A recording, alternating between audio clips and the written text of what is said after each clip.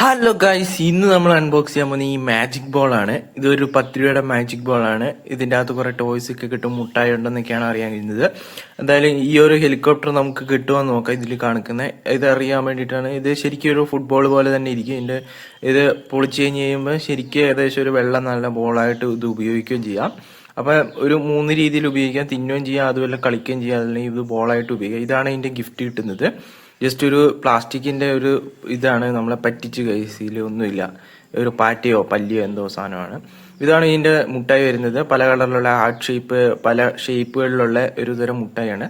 ഇതിന്റെ ടേസ്റ്റ് ഞാൻ നോക്കിയപ്പം നമുക്ക് ആദ്യം തിന്നുമ്പോൾ കുറച്ച് സ്വീറ്റ് ആയിട്ട് തോന്നും.